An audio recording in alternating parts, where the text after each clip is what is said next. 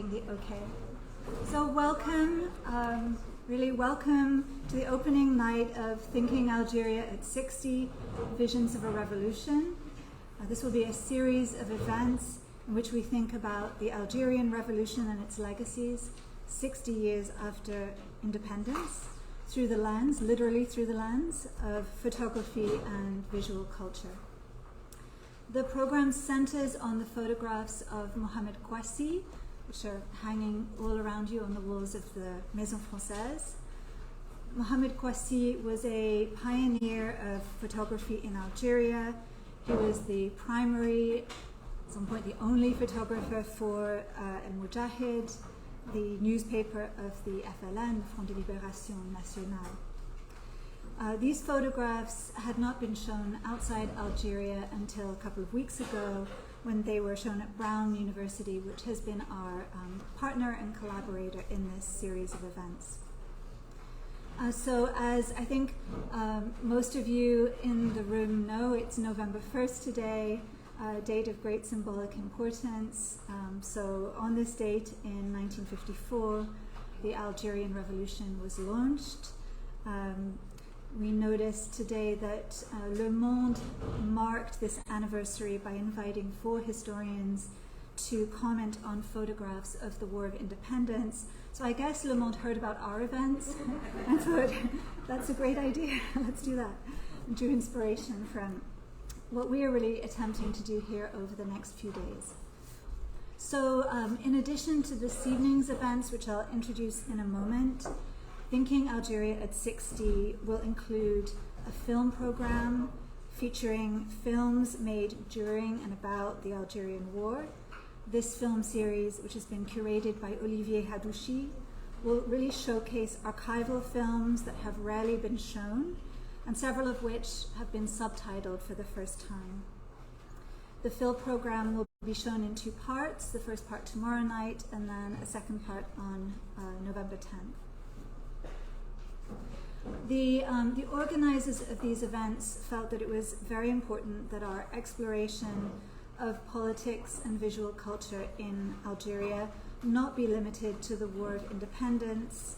It seemed crucial to us to extend the scope of this inquiry to more recent images of repression, conflict, and resistance and protest, including the Hirak uprising that began in February 2019. So on Thursday afternoon, we'll be hosting 2 virtual panels, one focusing on contemporary visual culture and politics, the other on the ongoing history of popular political protest in Algeria. The exhibit of Mohamed Kouaci's photographs will be up until November 10th, but it's not open all hours of the day, so it's important to look on the website of the Maison Française for the hours. That said, if you would like to bring a group or a class or something like that to see the photographs at another time, we can certainly make arrangements to help with that. And just more generally, you'll find the whole calendar of events on the website of the Maison Française. But now for this evening, we're going to begin with a panel discussion around the subject of traces of memory in visual culture. That will be chaired by Professor Marianne Hirsch, whose work on photography and memory, especially memory in the long wake of violence, has been widely influential. After the panel, we're going to take a break for about 15 minutes to give you some more time to look at the photographs and have a glass of wine and talk among yourselves and with the panelists. And then we'll resume for a conversation in French between the curator of the exhibit, Adel Ben Bella, and Safia Kouaci, who is the widow of Mohamed Kouaci and in her own right a revolutionary, militant with the FLN. And a second conversation between Adel Ben Bella and Meryem, who also was a militant with the FLN and appears in some of the photographs. Safia Kouaci and Meryem experienced the War of Independence in different ways, in different locations, and they're going to share their memories with us through a discussion of some of these photographs.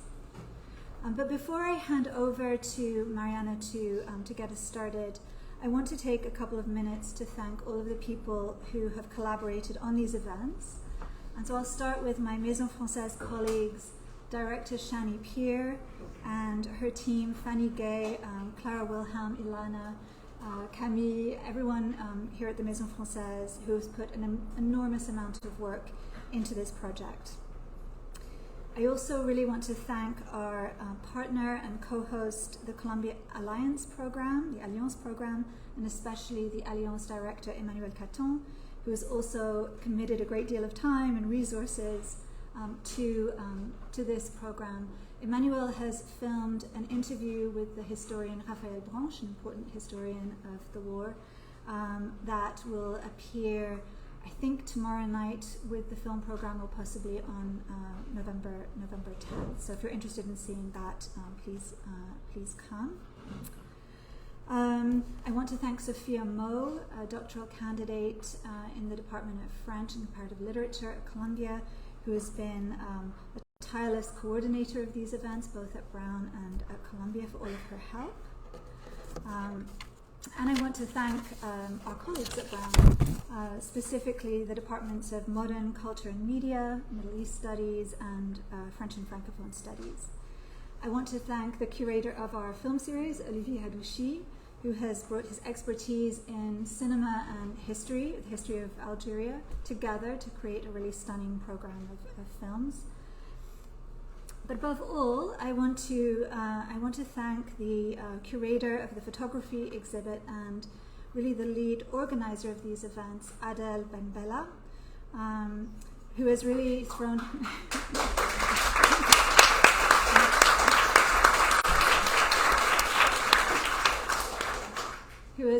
himself body and soul into bringing our long weeks, really months of planning to fruition.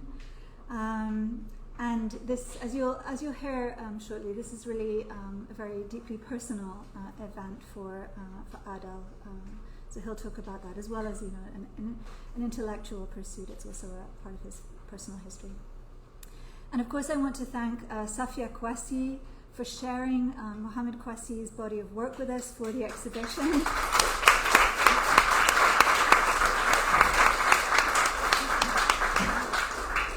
And I want to thank Safia and Meryem Marzoura for being here in New York to speak with us about the photographs and the history that they represent.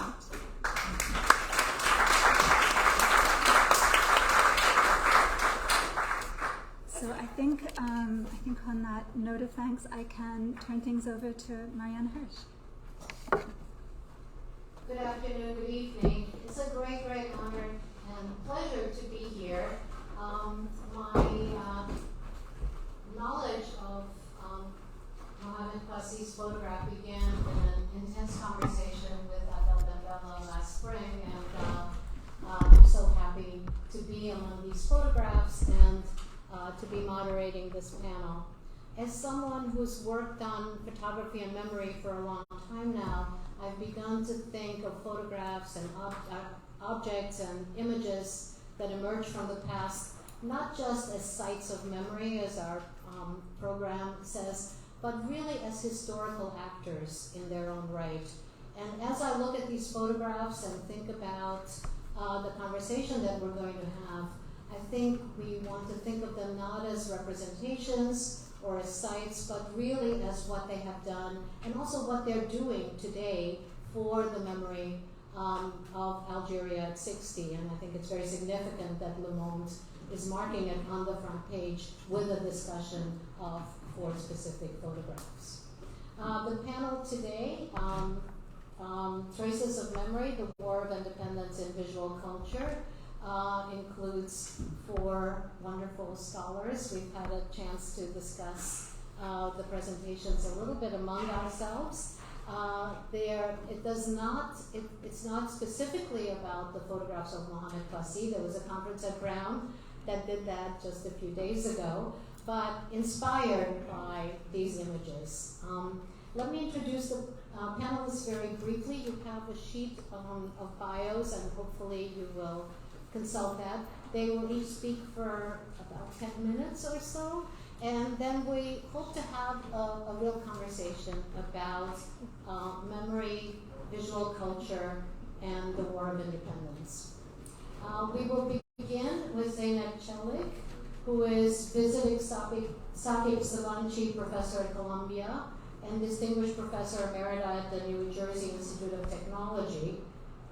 She has written on Algeria. Her publications include Urban Forms and Colonial Confrontations, Algiers under French Rule. She's the co-editor of Walls of Algiers, and has, among her other books, Empire, Architecture, and the City, French-Ottoman Encounters, and most recently, Europe Knows Nothing About the Orient, a critical discourse from the East. Zeynep's paper is entitled A Colonial Statue and Its Afterlives. Our second speaker is Marianne Belkaïd. She's assistant professor of Romance Languages and Literatures at Bowdoin College, and her recently published book is From Outlaw to Rebel, Oppositional Documentaries in Contemporary Algeria. And her paper is entitled Archives of the Revolution, and will reference some of the documentaries that she's been working on. Our third speaker, Samia Henny, is a historian of, and I love this description, of the built, destroyed, and imagined environments. She's the author of the multi-award winning Architecture of Counter-Revolution, the French Army in Northern Algeria. She's the editor of War Zones and Deserts Are Not Empty. And she has curated a number of exhibitions, including Housing Pharmacology and Discrete Violence, Architecture and the French War in Algeria. And her paper is indeed entitled Discrete Violence. So we'll be talking about discrete violence and then later about slow violence in our last paper, which is by Jill Jarvis, who's a literary scholar who writes and teaches across linguistic and disciplinary borders. She is assistant professor in the Department of French at Yale and is the author of Decolonizing Memory, Algeria and the Politics of Testimony. And currently, she's working on a book entitled Signs in the Desert, Aesthetic Cartographies of the Sahara. She's also co-founder of the Desert Futures Collective. Love to hear more about that. So without further ado, I'm going to turn this over to Zeynep Çelik. Thank you and welcome. I'm very honored to be here to celebrate the 60th anniversary of Algeria's presence. Can everybody hear? Is this okay? Can everybody see? Can everybody hear? Okay, we had some technical difficulties. I'll start again.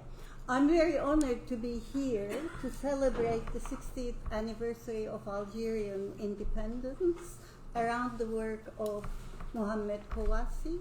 I knew Mohamed Kouaci and Madame Kouaci. We met 35 years ago in Algiers, but I'm not going to talk about Mohamed Kouaci and his work today. I'm going to talk about something else.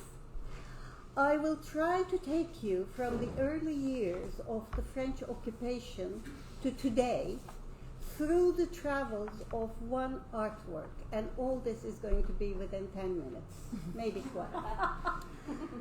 All right. The story of the statue of Duc d'Orléans, erected in the heart of Algiers in 1845, took unprecedented turns and twists. Ferdinand Philippe d'Orléans, the prince to the throne, was not a particularly important colonial hero. He had fought and was slightly wounded in Algeria in 1836, and he died unremarkably in a carriage accident in Neuilly in 1842. It is hence by an accident of history that he was chosen to be placed prominently in the newly opened Place d'Armes, adjacent to the city's major mosque, the 17th century Mosque al-Jadid, see on the screen. The work of Carlo Marchetti, this imposing 5 meters high equestrian statue, the earliest in the city, was an art form totally foreign to local norms, and very disrespectful of them.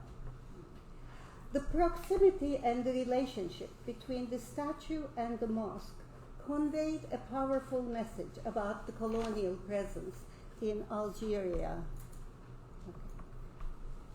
In contradiction to the rules regarding the siting of statues in public spaces, the statue of the Duke was strategically situated, not in the center of the plaza, but to the side, right in front of the mosque.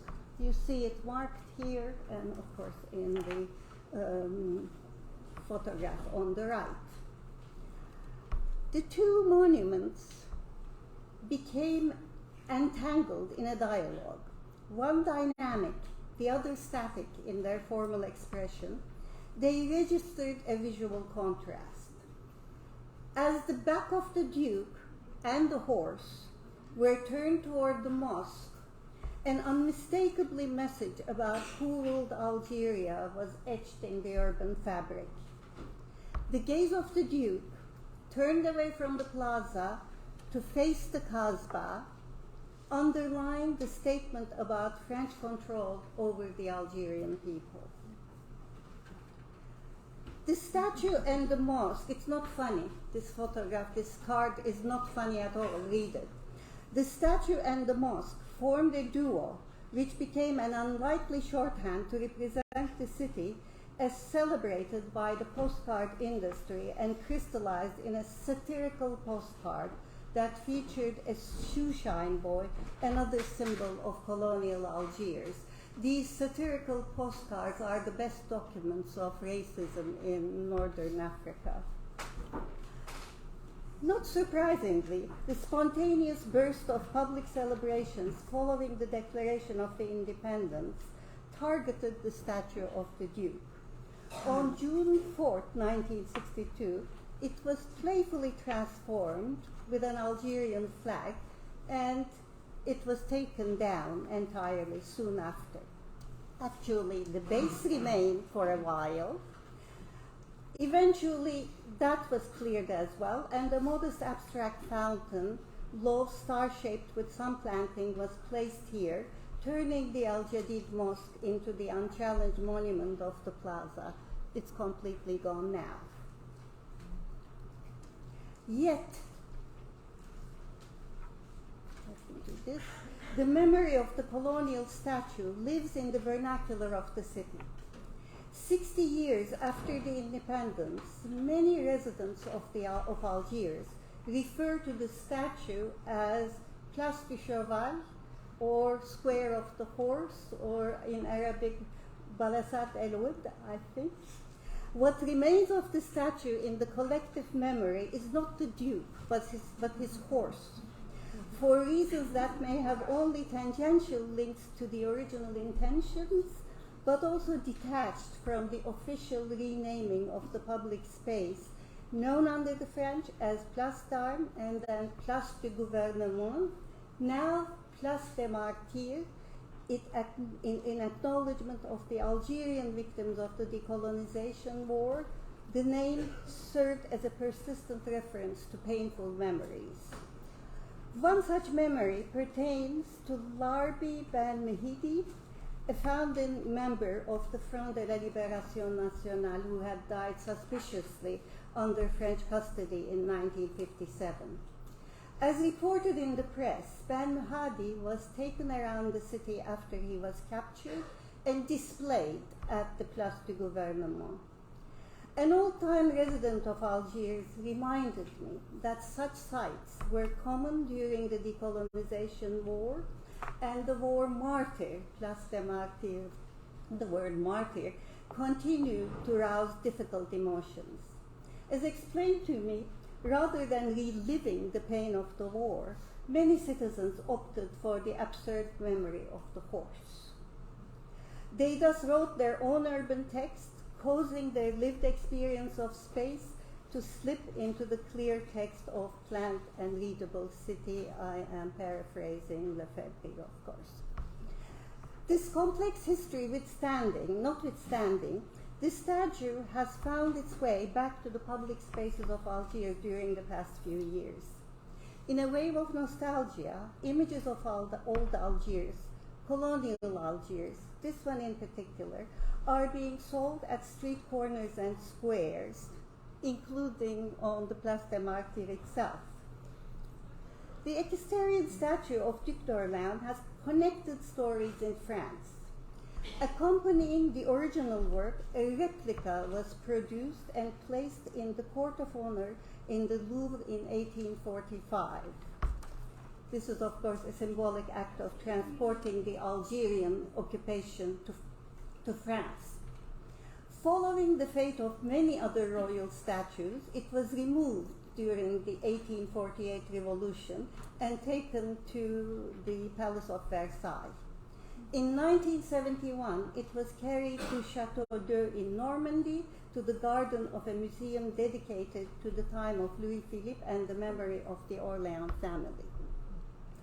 As to its Algerian twin, it was saved by the French. The rescue operation of colonial statues, and not only that of Duc d'Orléans, is widely documented in photographs. They show the Duke's statue being lifted from its base and then waiting on a beach near Algiers.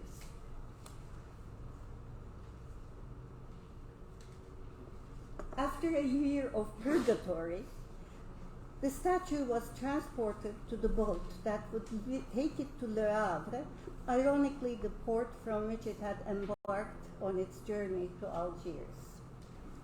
In France, it was stored in the Château de Vincennes in the company of other colonial statues from Algeria until the mayor of Neuilly-sur-Seine made a request in 1974 to take it to the town where the Duke had his fatal accident.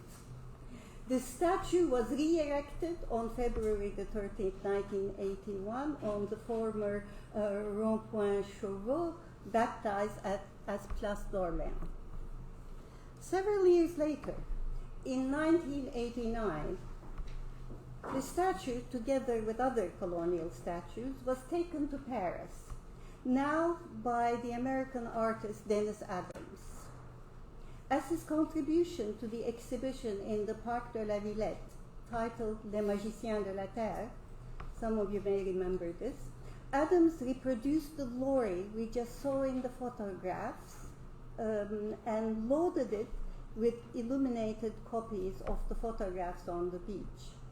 I am not sure the message got through, but the artist's admitted goal was to bring back the reality of the Algerian War to the French capital. The original statue, the Algiers version, still stands in Neuilly-sur-Seine as a subdued but permanent reminder of France's past in Algeria, and sometimes provokes curious thoughts about colonial and post-colonial associations. During an afternoon walk on a sunny autumn day in Neuilly-sur-Seine in October 2003, Rémi Lavin, who identified himself as a former resident of Algiers, wrote emotionally about discovering the Duke. I'm quoting him from a website. A very old friend whom he had not seen for 40 years. Paying homage to Neuilly, to the Duke, to art, to the history of the French presence in Algeria, as well as to the repatriated residents from the former colony, he took a photograph of the statue in its current location and photoshopped it to insert the Mosque Al-Jadid in the background. He thereby reconstructed the colonial duality and added a suggestive title, Même les statues peuvent rêver. Through this quick survey of the statue of Duc d'Orléans, I attempted to show that colonial memory is obstinate and emerges in unpredictable ways in different places at unexpected moments. It looks as though the Duke and his horse will continue their travels, and I will follow them. Thank you.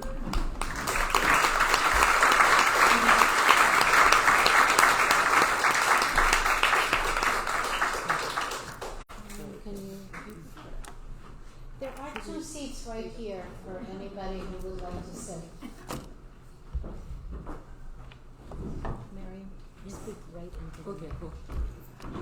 try. Can you hear me? Yeah? Okay. Thank you. So I'll speak about a different medium today, about documentary. So, but I will try to link it to the work of Mohamed Kouaci, not his photographical work, but I will explain that in a minute.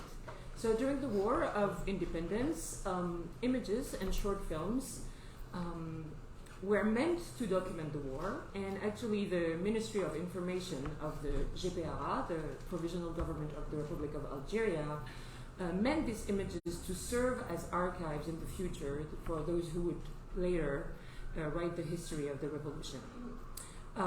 In 1958, and I'm sure it will be discussed later with more depth, Mohamed Kouaci started working in Tunis as a member of the Ministry of Information. He gathered, and he was documenting the meetings of the GPRA, meetings, press conferences, receptions of foreign guests. I'm sure if you look around, you will see some traces of that work. And at the same time, he was also documenting the life of Algerian refugees in Tunisia. And I think it's this part of the exhibit, if I can recognize from afar.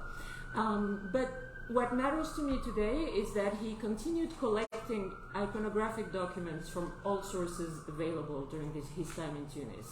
This work was started before by Mohamed Moussaoui in 1956 in Morocco, in Tétouan, and then it went on in Tunis. We know today that most of these archives of the provisional government are unfortunately lost for most of them. They were carefully packaged. The archives of the Ministry of the Information left Tunis in July '62 in Algerian army trucks. They arrived in Algiers in a very difficult context of an open crisis between the army of the borders, the ALN of the borders, and what we call the fighters within the borders. And they were deposited in bulks in a basement of the building of the former Gouvernement Général, and they were left unattended for several months. Some of them were stolen, they were damaged by humidity, and so it's a little bit difficult for historians to know what has become of what remains of these archives. But, so one of the historians who wrote today in Le Monde, so maybe the leak came from this, is Marie Cheminot. Marie Cheminot is a specialist of the photography during the Algerian War. She wrote a beautiful article on Le Monde that I really advise, and she had access to Mohamed Kouaci Fund in 2005, and wrote this article, À la recherche de Mohamed Kouaci, and other chapters about his work. And by having the chance to look at Mohamed Kouaci's own archives, she made the hypothesis of what constituted the GPRA archives. So there was, like, of course, the pictures of Kouaci, and those who can be considered the official photographers of the GPRA and the FLN. There was also pictures taken by members of the FLN, what we would call vernacular photographs, taken by rebel fighters, capturing military activity and so forth.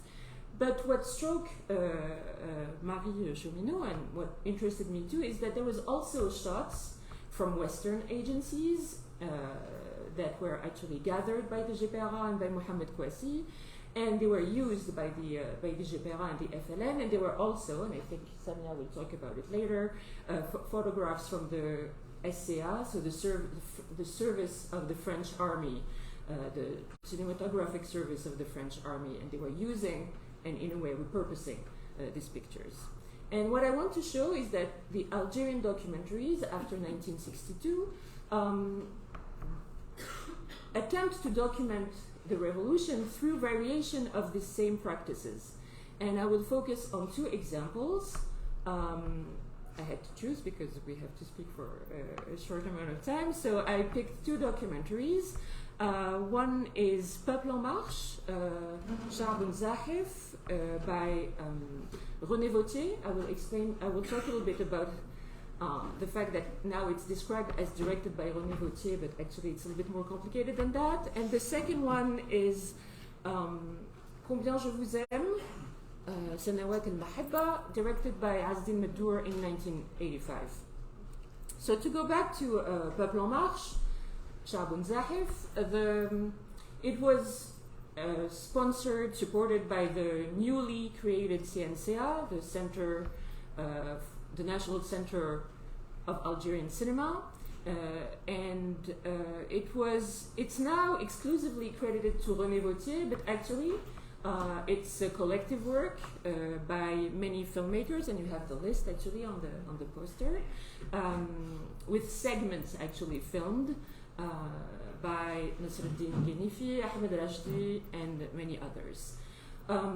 This documentary was directed under the patronage of René Vauthier, and the filmmakers reused footage from Algérie en Flammes, Algerian Flames, that actually is screened tomorrow, if I'm not mistaken, at La Maison Française.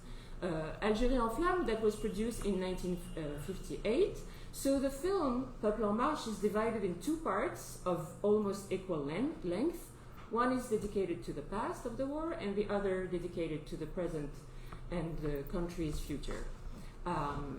It was screened through a network of ciné-club, they were called Cinépop at the time, which is short for Cinéma Populaire, and they were created by the Algerian Federation of Popular Cinema. And what I find interesting here is that, again, there is this usage of archives from what was filmed during the war, and it's repurposed for a different film. In Combien je vous aime, I chose this documentary that was directed in 1985 in a more relaxed environment, we would say, in Algeria, and where the colonial past is treated with, let's say, a more innovative tone. And it's really clear with the work of Azdin Meddour in his documentary Combien je vous aime, because it's a farcical and satiric black comedy that actually uses music and sound to comic effect over rather disturbing archives from the French army and the French actually newsreel. This film is very far away from the treatment of stock footage in the post-independence documentary by Vauthier and Rashdi and Genfi and so forth. And here we can see how Azdin Meddour, as the GPRA, the provisional government, and Mohamed Kouaci repurpose French archives photography. This use emphasizes what we can call the polysemic effect of a picture, because every picture, and I'm just quoting Barthes here, has a floating chain of signification, and so if the photo or the image is important, it can also guide whatever is around, either the text, here it's a text of Abdelkader Alula, it can also guide the viewer in interpreting the images differently. Which leads me to some question that I'd love to hear your ideas about, and which actually would help me craft the new work that I'm working on. So, one of the questions that I am asking myself is, to what extent images can be relied upon to be historical actors, as you said, Marianne. So, how they can be used to do the work of history. Can images only support other forms of telling, or can they speak by themselves? My second point is about censorship, because what I find interesting is that both these films were censored at different moments for different reasons. But Peuple en Marche was censored right after Houari's Boumediene accession to power, because the second part of the film mentioned a lot the regime of Ben Bella. I think censorship is always difficult to understand what are the reasons that actually justify censorship, but for Combien je vous aime, it's probably the tone, the farcical tone, that was a little bit disturbing for the viewers. It's not totally sure. And we know of other documentaries that use archival footage that will be censored. The most noticeable one, of course, is Insurrectionnel of Farouk Belloufa, so it had different titles. It was made in 1972. It uses also archival footage. And one of the questions that I wanted to also raise is maybe we have here, through this censorship, something that reveals a changing attitude to the war and its visual representation. Maybe, in my opinion, it shows at least a seeming indifference to the archives, or even suspicion displayed by the Algerian authorities toward the historical and memorial value of photography and film, that in a way contrasts the importance that was given to archives by the GPR. So that would be the two maybe questions I would like us to discuss later. Thank you. Yeah. Thank you.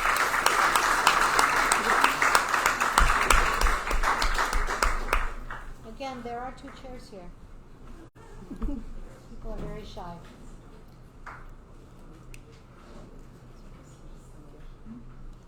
Thank you very much.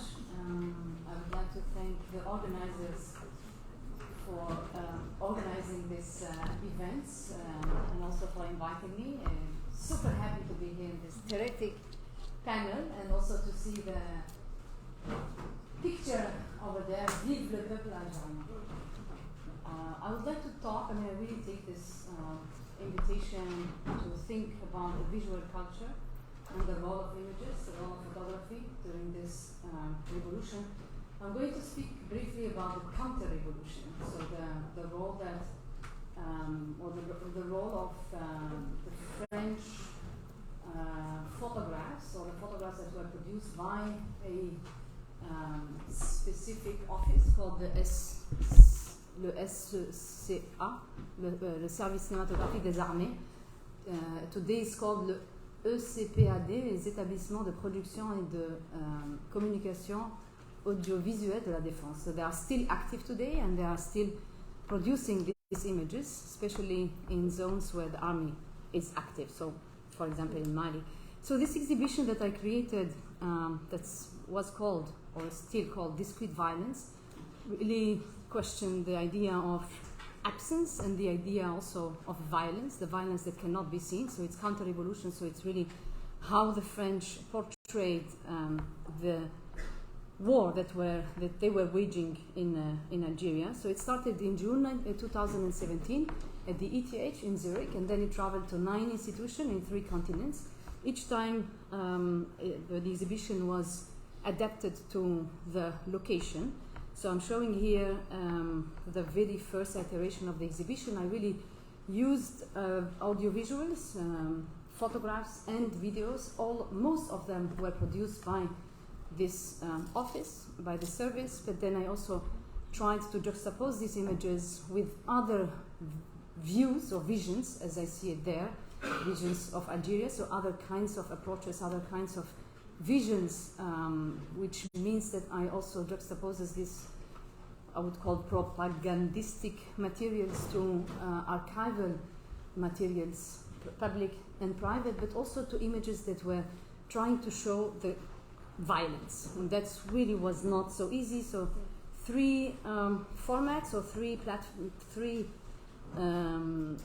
dispositifs, so ways of doing it. We had the walls with the newspaper articles. There was a media scandal, the videos that were on the screens, on the floor, and then this, I would call this a kind of table vitrine with the mirror that was also mirroring and reflecting the newspaper articles. All this discrete violence architecture in the French war in Algeria was really around a chapter of the French war in Algeria, the construction of the so-called centres de regroupement, that's how the French called them, and they called them the camps de regroupement, so regrouping camps. These camps were produced, well, they were created between 1945 and 1962.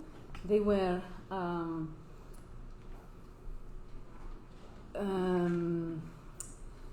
the aim of these camps was to cut the support of the population. So we know this kind of war was also called modern warfare, counterinsurgency, psychological warfare. So the revolutionaries, the so-called rebels by the French, so the revolution is so-called by the Algerians, were living within the population. So the whole point was to cut this support and to divide the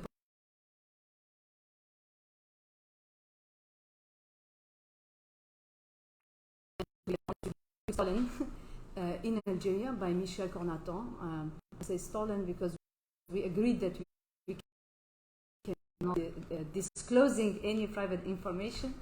And thanks to him, thanks to his work, we are able also to see and visualize the scale of this construction of these camps. So to go back to these photographs that were used, they are really the counter archive or the counter photographies of what we are seeing here on the screen. The idea was to show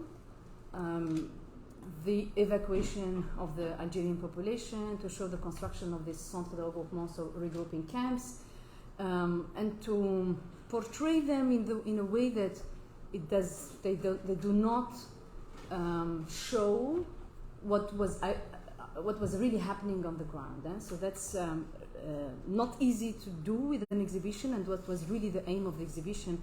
So to acknowledge that, to show it, to work with it, but also to read them along and against the grain, to quote Anne-Laure Stoller on this. The absence of violence, or the absence of what was happening on the ground, I tried to make it visible by highlighting, for example, the existence of watchtower that you can see in the back, which was also extremely difficult to find. I went through maybe thousands of photographs at the SCA, and it was maybe I found 2 photographs with barbed wire and watchtower. The evacuation of the civilian population was also made sometimes overnight, was made extremely quickly, and the way that this population, rural population in the case of the camps de regroupement, but also urban population in the case of the slums that were also evacuated, were portrayed without, in this case, the presence of officers, or in this very other case where the army was searching some of these villages. It was almost impossible to guess or to think that this was happening in a war zone. So you can see that these officers were walking freely. Sometimes you can see them really smiling. Sometimes you can see them almost treating children in a way that it does not, or it did not suggest the violence of the war. So I was really trying to juxtapose all this information and to highlight this discrete violence. And I can also imagine that violence is not discrete, but the fact that it is a zone, a war zone, it is a revolution, and it is being let's say responded to with counter-revolution. These absences were really thematized.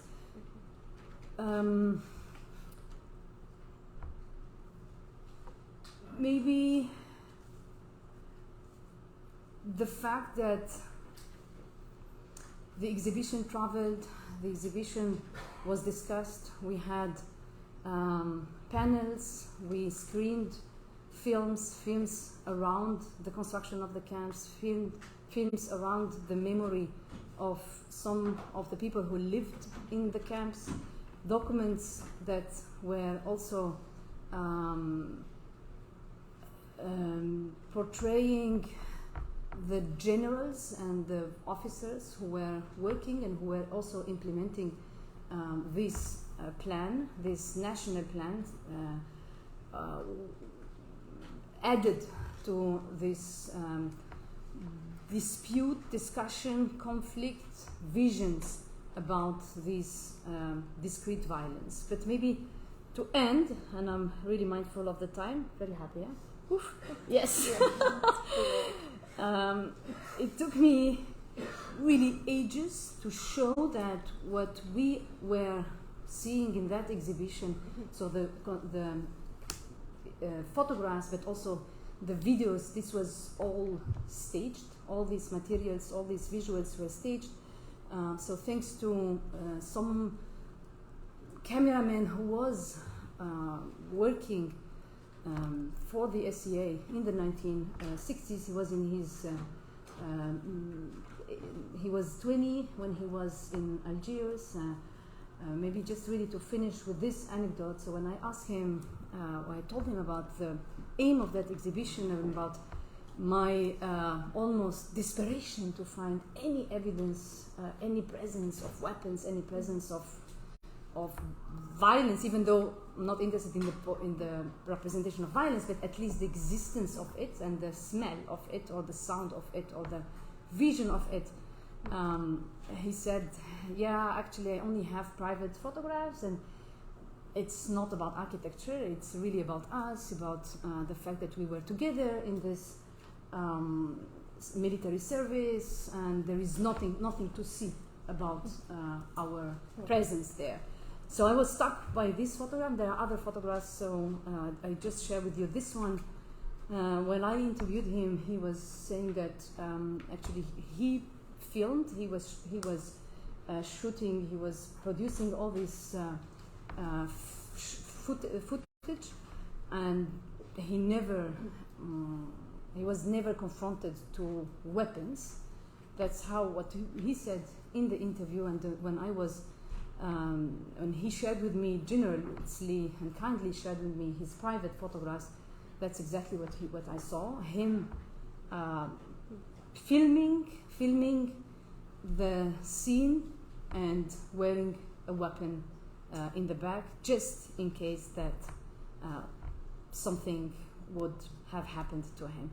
So that's my story, and that's how images are very powerful. Images can really show or hide information. It's up to us, researchers, but also civilians, not only armies, so civilians and students, but also scholars, but also anyone, any visitor. It's up to us to capture, understand these multiple visions of Algeria. So thank you very much.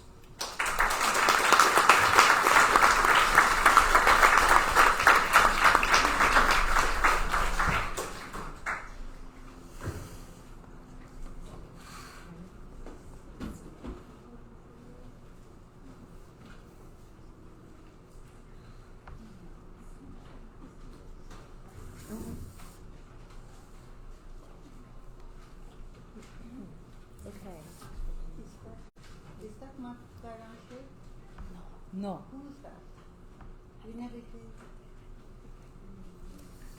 All right. I want to echo the thanks that's already been uttered and the gratitude to the organizers. Closer to the microphone so you can hear.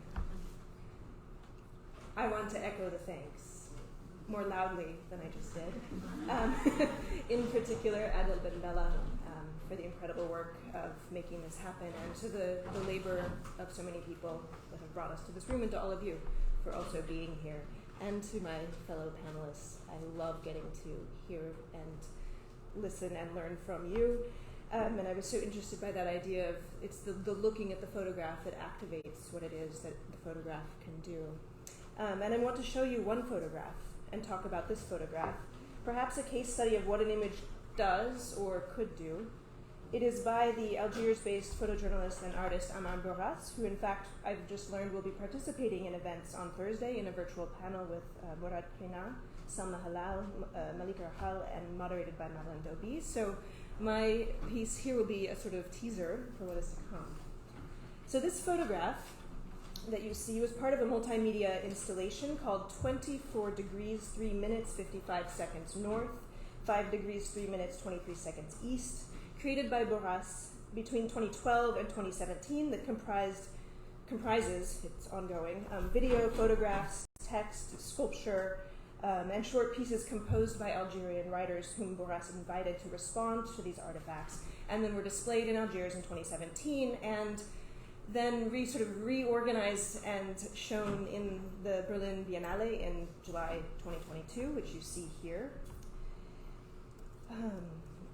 So the title that I took the time to read out to you is the precise geolocation coordinate of the mountain Taurit Tenafella, which is the name of the mountain you saw in silhouette in that first photograph, and the name of the mountain near Ein Eker that you see on this map, where between 1961 and 1966 the French military detonated 13 subterranean nuclear bombs inside spiral chambers carved inside the mountain for this purpose. I see looks of surprise because many people don't know this history. Right? So to think of what a photograph can do. Each of those bombs was named for a different precious stone, like glittering jewels in the crown of empire, as you can see on the military map that I've displayed here, and the list of the names, right? Agate, beryl, emerald, amethyst, and on. 5 simulations of plutonium accidents were also conducted nearby at another mountain between 1964 and 1966. As you can see there, they're whimsical pollen names belying the toxic spread that was done. French nuclear bombing in the Sahara confronts us with an historiographic dead zone that has scrambled critical radars for the decades since Algeria's independence. Right? And Algeria is the only state to have gained independence during nuclear bombing by a colonial occupying power. That is, the French bombs detonated after 1962, which you see here, were authorized by clauses written into the Evian Accords that negotiated the terms of Algeria's independence on the condition that the French military would maintain control of its nuclear and chemical weapons sites in the Sahara for 5 years after the transfer of sovereignty and Algeria's independence, something that my colleague Samia Hani has written a great deal about, so you can direct questions to her too. These bombs were created and detonated as French state secrets, also a spectacle, but they happened under great secrecy, with the complicity of the Algerian government that was in formation at the time of the Evian Accords and when these photographs on the wall behind us were taken. They were detonated on occupied land during and after the War of National Independence, right? So their history is an integral part of the story of this war and what came after. The violence of these bombs was neither accidental nor incidental, which is why I will not call them tests. This radiance is not finished unfolding, which is why we cannot use the past tense when we talk about them. Whether by design or neglect, the energetic traces of France's first nuclear bombs are right now radiating within and beyond the living Sahara, despite being persistently disappeared from collective memory. Right? But mineral memory doesn't care what humans know or about human time frames. Right, so this disconnect and ghosting has helped to create sort of legal and historical terra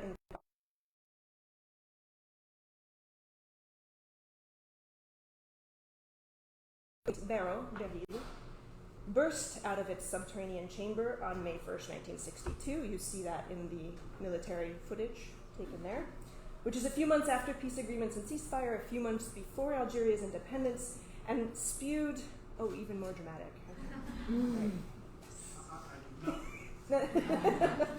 I can still see. Spewing a toxic cloud that irradiated and eventually killed not only the French soldiers and ministers who were at the site watching this spectacle, but also Algerian workers and the inhabitants of a nearby village called Mertutek, whose residents are right now still living with Beryl's enduring impact, which is not to mention the impact on non-human lives, on minerals, on water sources, on soil, and the ways in which this continues to circulate.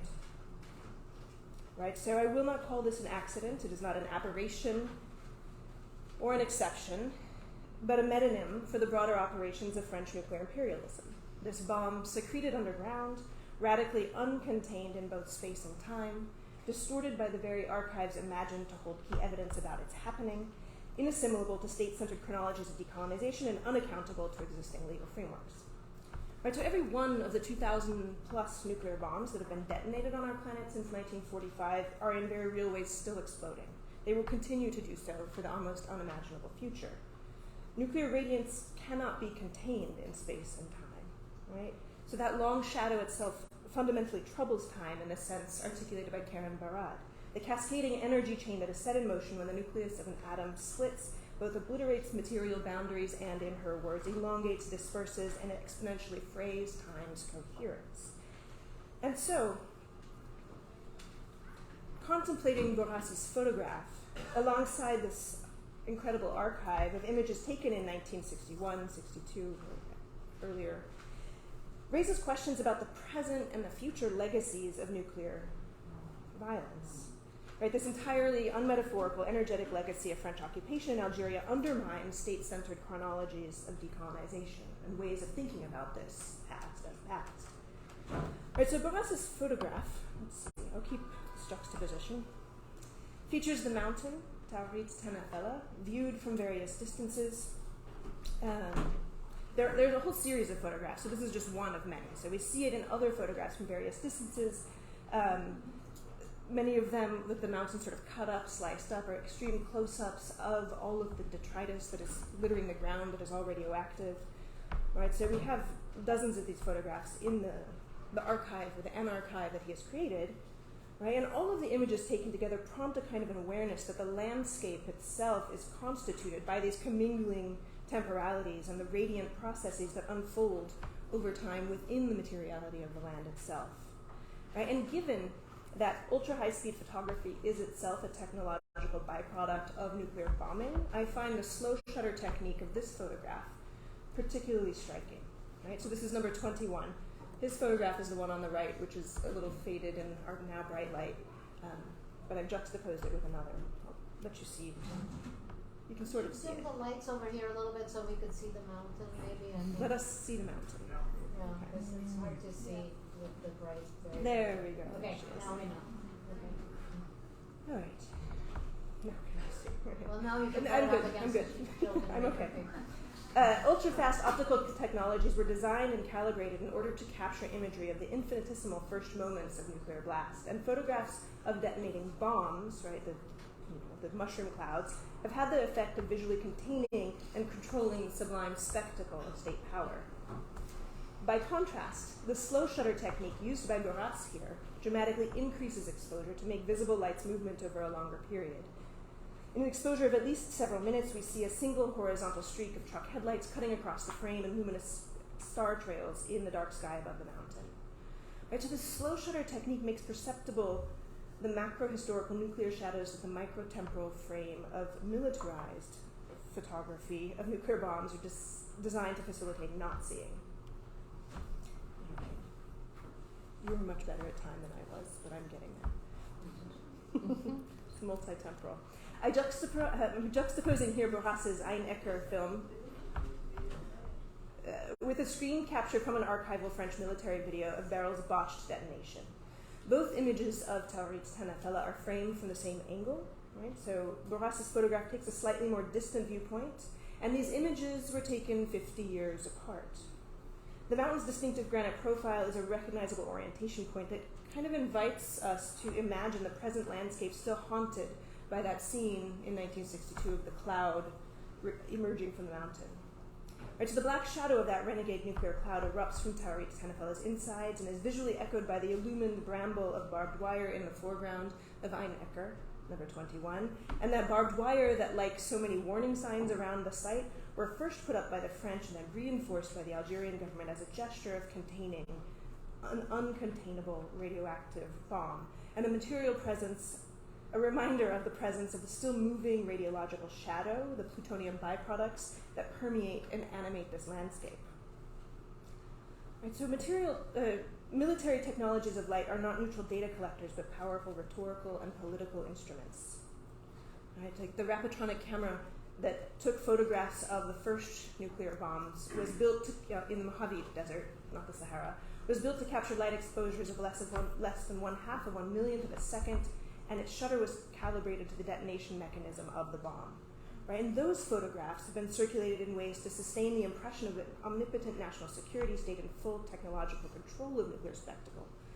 Borras's slow shutter technique unfolds the multiplicity of converging temporalities in this single slow exposure to bring the longue durée of nuclear harm into the frame. Okay. So here we see the black silhouette of Taurit's Tenafela's sharp granite profile against the night sky. To the west, behind the mountain, a faint glow of fading sunlight suggests early evening.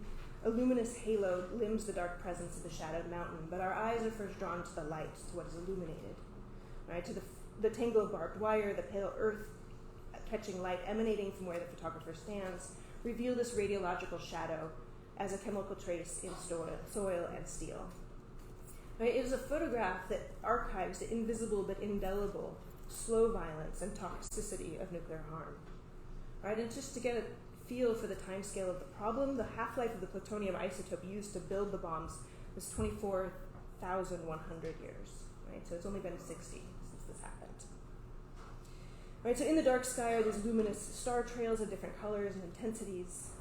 Right? So we get a sense even of the Earth's slow rotation and a vision of the deep galactic past with the starlight emanating from those stars that are light years away. So Borras's landscape photograph of this mountain not only creates a visual archive of the enduring presence of a nuclear bomb's nearly instantaneous flash, it is a temporal relief map that layers together microtemporal with macrotemporal radiant processes that coalesce around the dark outline of this shadowed mountain. All right, so I simply want to leave this image here for a moment, facing that wall of photographs from Kouaci, and to think about how this lends new valence to Frantz Fanon's prediction, which he wrote in the preface to the psychiatric case studies with which Les Dames de la Terre conclude. So this was published in 1961, a year after the first French nuclear bomb was detonated, which Fanon well knew, right? And he writes here, and the tense is interesting, right? Mais la guerre continue, but war continues. And for years to come, we will be tending the multiple and sometimes indelible wounds inflicted on our peoples by the colonialist barrage. Imperialism, which today is at war with genuine human liberation, sows rotten and toxic seeds here, there, everywhere, that we must implacably detect and dig up from our lands and our brains. Thank you.